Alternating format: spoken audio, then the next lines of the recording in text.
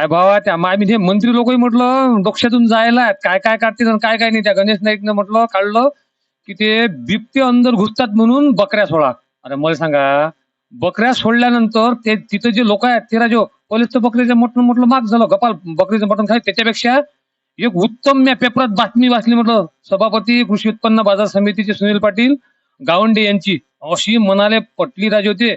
एकदम रामबाण उपाय काढला की बाबा जंगलातले डुकर, हरण, रोही हे जेवढे काही असतील हे पकडा, त्याचे पैसे आम्ही देतो आणि ते नेऊन टाका. काय राजे सुनील पाटील लढ डोक्यातून काढलं. तो वनमंत्री म्हटलं मॅट शोधायचा, बकऱ्या सोडा म्हणे. याच्यावर काय म्हणायचं तुम्हाला? आताच नुकतंच नागपूरला अधिवेशन झालं. त्या अधिवेशनामध्ये त्या मंत्र्यांना अकलेचे तार तोडले. सैलान तो वय झालं ना त्याचं. हा, तर त्यांनी सांगितलं की बा 1 कोटी रुपयाच्या बकऱ्या जंगलात सोडा. तर ते ऐकून मला याची नवल वाटलं की तिथे इतके मोठे आमदार लोक आहेत, कोणाच्या डोक्यात यायला पाहिजे होतं की बा 1 कोटीच्या बकऱ्या सोडल्यापेक्षा हे जे गावात आपल्या जंगलात शेतकऱ्याला ज्याचा त्रास आहे, डुकरं आहेत, हरणं आहेत, आता तर त्या रोही आल्या, आणि अशा परिस्थितीत जर समजा शासनानं जर गावोगावी जर मदत केली तर त्याच्यात गाव लोक सहभाग घेतील. ट्रॅक्टर आहेत, घोडे आहेत, शेतकरी पूर्ण मदत करून ते सर्व जंगलात बिबट्यासाठी त्यांचं खाद्य होऊन जाईल. असं काही स्कीम करायला पाहिजे असं माझं म्हणणं आहे. नाही पण ते बातमी राजू किती व्हायरल झाली आणि लोकांच्या म्हटलं सोकाऱ्यासाठी रातचं बेरातचं बायकाला सोडून द्यावं लागते बरं. मोठे पस्ताव येते. अशा वेळेस म्हटलं या वनमंत्री हा नाईक त्या माय डोक्यातून गेलेला आहे तो भलकीच दिलं. आणि बकऱ्या सोडून राजू गरीब बकऱ्या लोकही खायला भिडले ना. पण तुमची बातमी म्हटलं सध्या एवढी व्हायरल झाली, एवढे मला लोकांचे फोन आले काय विचारता. याच्यामुळे शेतकरी परेशान झाला. म्हणजे मोठमोठ्या शेतकऱ्यांनी शेती सोडून दिलं.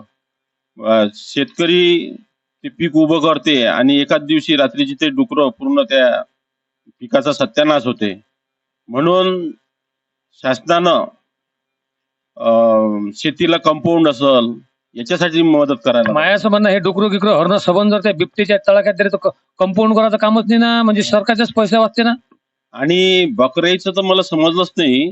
त्या जर बकऱ्या गरीब जात आहे ते बिबटे तर एका दिवशी 100 200 बिबटे आपल्या बकऱ्या मारून टाकतील. आणि हे हरणं डुकरं जर दिले तर याच्यापासून शेतकऱ्याला फार मोठा दिलासा मिळत. शासनाने याच्यावर विचार करायला पाहिजे. मला तर असं वाटते भाऊ, हे भ्रष्टाचाराचा एक मार्ग सध्या हे मोकळा करून राहिले. आता बकऱ्या किती खाल्ल्या आणि काय खाल्ल्या याचं गणित तरी राहीन काय. म्हणजे या मंत्री संत्रीले त्याच्यातून भ्रष्टाचाराला वाव मिळत आहे असं म्हणण्यास काही हरकत नाही. पण अशा बेअकल्यासारख्या ज्या योजना काढतात याला तर माणूस हैराण झाला. पण तुम्ही सुनील पाटील याच्यावर म्हटलं चांगल्या प्रकारे प्रश्न उचलला, धन्यवाद. मला जर मला या कॉमेंट्सवर शिवे द्यायचे असेल द्या, खुलेआम द्या.